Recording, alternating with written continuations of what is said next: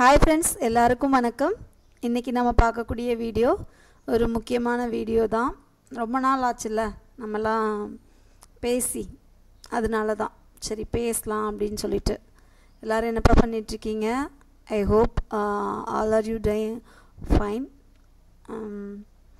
என்னடா ma'am 2 picture போட்டிருக்கீங்க, after TET notification before TET notification அப்படின்னு. Yes, today we are going to discuss after TET notification before TET notification. அதாவது என்ன அப்படின்னா, நம்ம ஒரு எக்ஸாம் நோட்டிஃபிகேஷன் வர்றதுக்கு முன்னாடி நம்ம என்னென்னலாம் பண்ணுறோம், நோட்டிஃபிகேஷன் வந்ததுக்கப்புறம் நம்ம என்னெல்லாம் பண்ணுறோம் அப்படிங்கிறத தான் பற்றி பார்க்க போகிறேன். நல்லா புரிஞ்சுக்கோங்க. அதாவது வந்து ஒரு நாட் ஓன்லி டெட் எக்ஸாம், ஒரு எக்ஸாமை நோட்டிஃபிகேஷன் முன்னாடி படிக்கிறதுக்கும் நோட்டிஃபிகேஷன் வந்ததுக்கப்புறம் படிக்க ஸ்டார்ட் பண்ணுறதுக்கும் lots of difficulties are there. இப்போ ஃபார் எக்ஸாம்பிள், நான் வந்து நிறைய பேருக்கு வந்து தெளிவான எய்ம் இருக்கும், நான் கவர்மெண்ட் ஜாப் தான் போக போகிறேன், particularly I want to become a teacher அப்படின்னு சொல்கிறவங்க தான் நம்ம இந்த டெட்டுக்குள்ளே டிஆர்பிக்குள்ளெல்லாம் வர்றாங்க. ஒரு சில ஸ்டூடெண்ட்ஸ் இருப்பீங்க, டிஎன்பிஎஸ்சி தான் என்னோடய எய்ம், பர்டிகுலராக குரூப் 4 தான் என்னோடய எய்ம் அப்படிலாம் இருப்பீங்க. உங்களுடைய எய்ம் தெளிவாக இருக்கும், பட் அதுக்கான ப்ராசஸ் ஆஃப் ஒர்க் வந்து கரெக்டாக பண்ணுறீங்களா அப்படின்னு கேட்டால் maximum of people they are not doing the work proper manner. ஏன் மேம் இப்படி சொல்கிறீங்க அப்படின்னா, ஒரு நோட்டிஃபிகேஷன் வர்றதுக்கு முன்னாடி நம்ம என்ன பண்ணுவோம், நோட்டிஃபிகேஷன் எப்போ வரும், நோட்டிஃபிகேஷன் என்ன வரும், நோட்டிஃபிகேஷன் எப்போ வரும், இதை தான் நம்ம கேட்டுட்ருப்போமே தவிர, ஓகே நோட்டிஃபிகேஷன் வரும்போது வரட்டும், நான் படிக்கிற வேலையை ஒழுங்காக பண்ணுறேன், அப்படி நம்மளுடைய வேலையை நம்ம ஒழுங்காக பண்ணோம்னாலே 99.99% success definitely waiting for us. ஆனால் நோட்டிஃபிகேஷன் வந்ததுக்கப்புறம் தான் நான் புக்கே எடுப்பேன் அப்படின்னா, அந்த டைமில் வந்து என்னென்னா, இப்போது டெட் எக்ஸாமை பொறுத்த மட்டுக்கும் அந்த டிஎன்பிஎஸ்சிக்கு கூட யங்கர் 25, 26 அந்த ஏஜில் இருக்கக்கூடிய பசங்களாம் ட்ரை பண்ணுவாங்க. டெட்டு டிஆர்பியை பொறுத்த மட்டுக்கும் maximum of people, maximum of men or women, எல்லாருமே வந்து பார்த்திங்கன்னா ஹவுஸ் ஒய்ஃபாக இருப்பீங்க, இல்லை ஒர்க்கிங் மேனாக இருப்பீங்க. கரெக்டு தானே? அப்படி இருக்கும்போது நோட்டிஃபிகேஷன் வந்ததுக்கப்புறம் தான் நான் படிப்பேன் அப்படின்னா, நோட்டிஃபிகேஷன் வந்ததுக்கப்புறம் நீங்கள் சிலபஸை ப்ராப்பராக யோசிப்பீங்களா? இல்லை வீட்டில் நம்மளே அறியாமல் சில ப்ராப்ளம்ஸ் வரும், சில ஃபங்க்ஷன்ஸ் வரும், நம்ம உங்களுடைய இன்லாஸ், உங்களுடைய மதர் இன்லா, ஃபாதர் இன்லாவுக்கு உடம்பு சரியில்லாமல் போகும், இல்லை நீங்கள் வேலை பார்த்துட்டு இருந்தீங்கன்னா அந்த டைமில் பர்டிகுலர் டைமில் தான் உங்களுக்கு வந்து வேலை நிறைய கொடுப்பாங்க. அப்போ நீங்கள் என்னப்பா பண்ணுவீங்க, ஃபஸ்ட்டு எதுக்கு ப்ரியாரிட்டி கொடுப்பீங்க?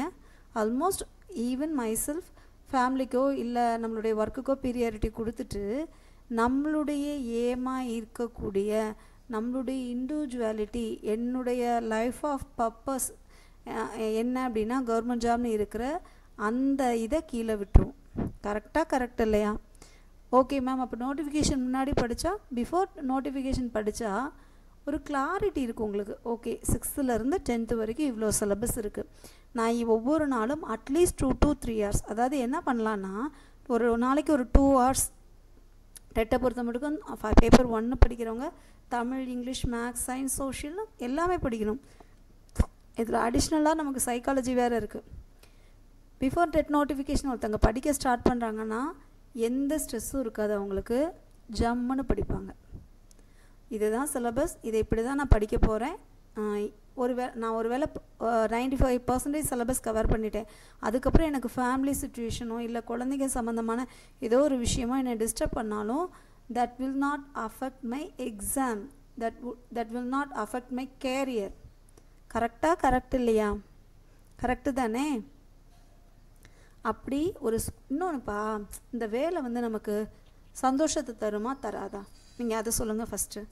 கண்டிப்பாக சந்தோஷத்தை தரும், சுய மரியாதையை தரும்.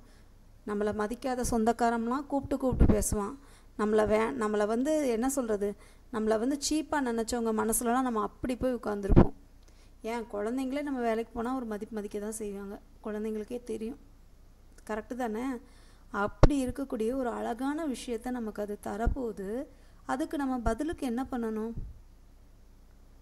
இங்கிலீஷில் கூட ஒரு ப்ராவர்ப் இருக்குது, ஹேஸ்ட் மேக் வேஸ்ட், பதறிய காரியம் சிதறி போகும்.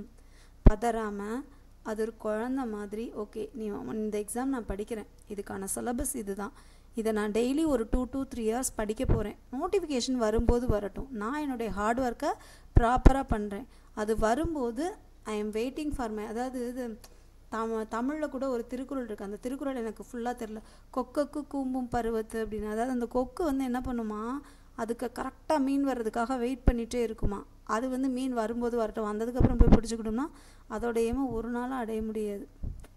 கரெக்டாக எக்ஸாம் நோட்டிஃபிகேஷன் ஒன்று வந்தாலே நீங்களாம் எப்படின்னு தெரியல, நான்லாம் வந்து பார்த்திங்கன்னா பயங்கரமாக ஹைப்பர் ஆகிடுவேன். ஹைப்பர் மீன்ஸ் ரொம்ப ஸ்ட்ரெஸ் ஆகிடும். சிலபஸ் இது இருக்குது அது இருக்குது, அதை படிக்கவா இதை படிக்கவா, அந்த டைமில் தான் பார்த்து சத்திய சோதனையாக வந்து எல்லா பிரச்சனையும் நம்ம மண்டைக்குள்ளே வரும். அதே பிஃபோர் நோட்டிஃபிகேஷன் ஸ்டார்ட் பண்ணிட்டேன்னா அழகாக படிக்கலாம், அழகாக ரிவிஷன் பண்ணலாம். என்னை பொறுத்த வரைக்கும் ஒரு எக்ஸாமுக்கு நோட்டிஃபிகேஷன் வந்ததுக்கப்புறம் நமக்கு வந்து ஃபுல்லாக ரிவிஷனில் தான் கான்சன்ட்ரேட் பண்ணணும். சரியா? இதை ஒழுங்காக பண்ணாமல் எக்ஸாம் ரிசல்ட் வந்ததுக்கப்புறம் ஐயோ 1 மார்க்கில் போயிடுச்சு 1 மார்க்கில் போயிடுச்சு, 1 மார்க்கில் நீ வாங்கி ஃபெயிலானாலும் ஃபெயிலு தான், 2 மார்க்கில் குறைஞ்சி ஃபெயிலானாலும் ஃபெயிலு தான், 10 மார்க் குறைஞ்சாலும் ஃபெயில் தானே. அப்போது நம்மளுடைய லேர்னிங் ப்ராசஸில் நம்மளுடைய நாலேஜை நம்ம முறையாக பயன்படுத்தணும். We need to plan. You know one thing, hard work பண்ணுற எல்லாரும் காம்படிட்டிவ் எக்ஸாமில் சக்ஸஸ்ஃபுல் ஆகுறாங்களா, இல்லை அந்த நாலேஜை என்ன சொல்கிறது, அந்த பாயிண்ட் ஆஃப் டைமை கரெக்டாக யூஸ் பண்ணுறவங்க சக்ஸஸ் ஆகுறாங்களான்னு கேட்டால் ஹார்ட் ஒர்க் பண்ணணும் தான், அதை தாண்டி கொஞ்சம் புத்திசாலித்தனமாக யோசிக்கணும். நான் வந்து மேம் நோட்டிஃபிகேஷன் போட்ட உடனே மேம் 8 மணி நேரம் 9 மணி நேரம் விடிய விடிய உட்காந்து படிச்சிருவேன் மேம். அப்படி படிக்கிற நிறைய பேர் தான் 1 மார்க்லேயும் 2 மார்க்லேயும் ஜாப் ஆப்பர்ச்சுனிட்டியை விட்டுட்டு இன்றைக்கி வீட்டில் உட்காந்துட்ருக்கவங்க நிறைய பேர் எப்படி தான் இருப்பீங்க. ஓகே மேம், இப்போ என்ன மேம் பண்ணலாம்? பிஃபோர் நோட்டிஃபிகேஷன் படிக்க ஸ்டார்ட் பண்ணுங்கள். ஆல்ரெடி டிஆர்பியில் சொல்லிட்டாங்க, நான் டிஆர்பிக்கு கால் பண்ணேன், டெட் எக்ஸாமுக்கு 99.99% சான்சஸ் இருக்குது. கவர்மெண்ட் வந்து டெட் எக்ஸாம் வைக்க சொல்லி டிஆர்பிக்கு கொடுத்துட்டாங்க. எப்போ வேணாலும் நமக்கான நோட்டிஃபிகேஷன் எக்ஸ்பெக்ட் பண்ணலாங்கிறது தெரிஞ்சு போச்சு. அப்போ என்ன பண்ணலாம்? டெய்லி ஒரு 2 லெசன், ஓகே தமிழில் ஒரு யூனிட் படிக்கிறேன், இங்கிலீஷில் ஒரு ப்ரோஸ் ஆர் போயம் படிக்கிறேன், மேக்ஸில் ஒரு 10 சம் போட்டு பார்க்குறேன், சயின்ஸில் ஒரு 1/2 யூனிட் படிக்கிறேன், சோஷியலில் கொஞ்சம் டாபிக் படிக்கிறேன்னு நீங்கள் டெய்லி உங்களுடைய ரொட்டீனை நீங்கள் வந்து ப்ராக்டிஸ் பண்ணுற வரைக்கும் தான் இது கஷ்டம். உங்களுடைய லைஃப் ஷெட்யூலில் என்ன சொல்கிறது, one of the part of the work நீங்கள் அதை கன்சிடர் பண்ணி அதை கண்டினியூஸாக பண்ணிங்கன்னா உங்களுடைய சக்ஸஸ் யாருமே வந்து தடுக்க முடியாது. கடவுளே என்ன யோசிப்பாருன்னா, புள்ள ரொம்ப கஷ்டப்பட்டுட்டான், டெய்லி நான் எப்போவுமே நம்ம எந்த ஒரு விஷயத்தை விரும்பி ஓடுறோமோ, எந்த விஷயத்தை நோக்கி பயணிக்கிறோமோ, இந்த அட்ராக்ஷன் ஆஃப் லாஸ்லாம் நிறையா பேசுவாங்க. சரியா? அப்போது அந்த விஷயத்தை நோக்கி ஓடும்போது கண்டிப்பாக அது நம்ம கைக்கு ஒரு நாள் வரும். ஸோ என்னுடைய ஃப்ரெண்ட்ஸ் எல்லாருக்கும் as a friend, as a teacher, I am always requesting you, படிக்கணும்னு முடிவு பண்ணிட்டீங்கன்னா இன்றைக்கே படிக்க ஆரம்பிச்சிருங்க. இல்லை மேம் நான் பரீட்சை எழுதுவேனா எழுத மாட்டேன்னு தெரியாது, எனக்கு ஏம் இல்லை அப்படின்னா அவங்கள பற்றி நான் இங்கே பேசவே இல்லை. நிறைய பேர் அழகாக பிளான் பண்ணியிருப்பாங்க, நான் இந்த எக்ஸாம் தான் எழுத போகிறேன், இதில் தான் நான் வேலைக்கு போக போகிறேன். அப்படி இருக்கிற பட்சத்தில் ஏன் நீங்கள் இன்னையிலேருந்தே படிக்க ஸ்டார்ட் பண்ணக்கூடாது? நல்லா நிம்மதியாக 6 மணி நேரம் 7 மணி நேரம் தூங்கிட்டு குழந்தைங்களுக்கு வேணுங்கிறத சமைச்சு கொடுத்துட்டு ஃபேமிலி அழகாக டேக் கேர் பண்ணிவிட்டு ஒரு morning 2 hours, afternoon 2 hours, it is possible only. After notification உங்களுக்கு டெட் நோட்டிஃபிகேஷன் வந்துட்டுன்னு உங்களை வீட்டில் உட்கார வச்சு யாரும் சாப்பாடு போட மாட்டாங்க. நீ இந்த கடமையெல்லாம் வந்து நீ செய்ய வேண்டான்னு ஃபேமிலி சர்க்கிளில் சொல்ல மாட்டாங்க. அப்பவும் நீங்கள் தான் செய்யணும். இந்த லைஃப் வந்து அன்பிரடிக்டபிள்ப்பா. நாளைக்கு என்ன நடக்கும் அப்படிங்கிறது நமக்கு தெரியாது. Before itself we have to be ready, we have to make it ready. அதை ரெடியாக வச்சுக்கிறது தானே நம்ம கையில் இருக்குது. நம்மளை பார்த்து அந்த நம்மளை பார்த்து அந்த புக்கே நினச்சிரும், இவ பாஸ் பண்ணலன்னா இவ நம்மளை விட மாட்டா அப்படிங்கிற ஒரு பாசிட்டிவ் வைப்ரேஷன்லாம் பிஃபோர் நோட்டிஃபிகேஷன் படிக்கிறவங்களால மட்டும்தான் கொண்டு வர முடியும். அப்போ ஆஃப்டர் நோட்டிஃபிகேஷன் நான் படித்தா பாஸே பண்ண முடியாத ma'am. Passing ratio, passing probabilities ரொம்ப கம்மி.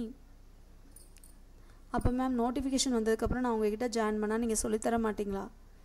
நான் சொல்லித்தர மாட்டேன், நீங்கள் பாஸ் பண்ண முடியாது. உங்களால் அந்த பாத்தில் ரொம்ப அடித்து பிடிச்சி ஒரு நிம்மதி இல்லாமல் ஓடணும். எதுக்கு? என்னோடய எய்ம் இதுதான் தெரிஞ்சிருச்சு. அதுக்கான வேலையை நான் ப்ராப்பராக ப்ராசஸ் பண்ணுறதுல தானப்பா இருக்குது. கரெக்டு தானே? அதனால் டிஎன்பிஎஸ்சி படிக்கிறவங்களா இருந்தாலும் சரி, டெட் எக்ஸாம் படிக்கிறவங்களா இருந்தாலும் சரி, ஒரு கோல் செட் பண்ணிட்டீங்க, அதுக்கான ஹார்ட் ஒர்க்கை ஸ்டார்ட் பண்ணுங்கள். ஹார்ட் ஒர்க்கை ஸ்மார்ட் ஒர்க்காக மாற்றுறது நம்ம கையில் தான் இருக்குது. Daily 2 to 3 hours படிக்கிறீங்கன்னா 6 months definitely you will able to complete those syllabus. Next onwards you will try to revise. 10 நாளில் பாஸ் பண்ணுறது எப்படி, 20 நாளில் பாஸ் பண்ணுறது எப்படி? இந்த எஸ்ஜிடி எக்ஸாம் மோட்டிவேஷன் வீடியோலாம் பார்த்தீங்கன்னா கடுப்பாக ஆகும் நமக்கு பார்க்கும்போது. மேம் இப்போ இருந்து படித்தா பாஸ் பண்ணிடலாமான்லாம் கேட்பாங்க. அவங்க எந்த சென்ஸில் கேட்காங்கிறது நமக்கு தெரியாது. இப்போது அதில் எவ்வளோ சிலபஸ் இருக்குது, எவ்வளோ லெசன்ஸ் இருக்குது, படிக்கிறவங்களுக்கு தானே தெரியும். சொல்லுவாங்கல்ல, முட்டை போடுற கோழிக்கு தான் வழி தெரியுங்கிற மாதிரி, அதை ரொம்ப ஆழமாக படிக்கிறவங்களுக்கு தான் எவ்வளோ லெசன்ஸ் இருக்குது, நம்ம இவ்வளோ படிச்சுமே இன்னும் ரிவிஷன் எவ்வளோ பண்ண வேண்டியது இருக்குதுன்னு தெரியும். அதனால் படிக்கணும்னு முடிவு பண்ணிட்டீங்கன்னா இன்னையிலேருந்து படிங்க. உங்களுக்கு வந்து டெட் எக்ஸாம் ரிலேட்டடாக உங்களுக்கு ஒரு டெஸ்ட் பேட்ச் வேணும் அப்படின்னா கண்டிப்பாக எங்களை காண்டாக்ட் பண்ணுங்கள். நம்ம அகாடமியில் டெஸ்ட் பேட்ச் போயிட்டுருக்கு. மேம் இல்லை மேம் எனக்கு டெஸ்ட் பேட்ச் எல்லாம் பத்தாது, எனக்கு கிளாஸஸே எடுக்கணுன்னாலும் ஆல்ரெடி நம்ம அகாடமியில் வந்து ஆன்லைன் கிளாஸஸும் போயிட்டுருக்கு. ஸோ ஆன்லைன் கிளாஸ் ஃபீஸ் வந்து 3000, டெஸ்ட் பேட்ச் ஃபீஸ் வந்து 1000 rupees.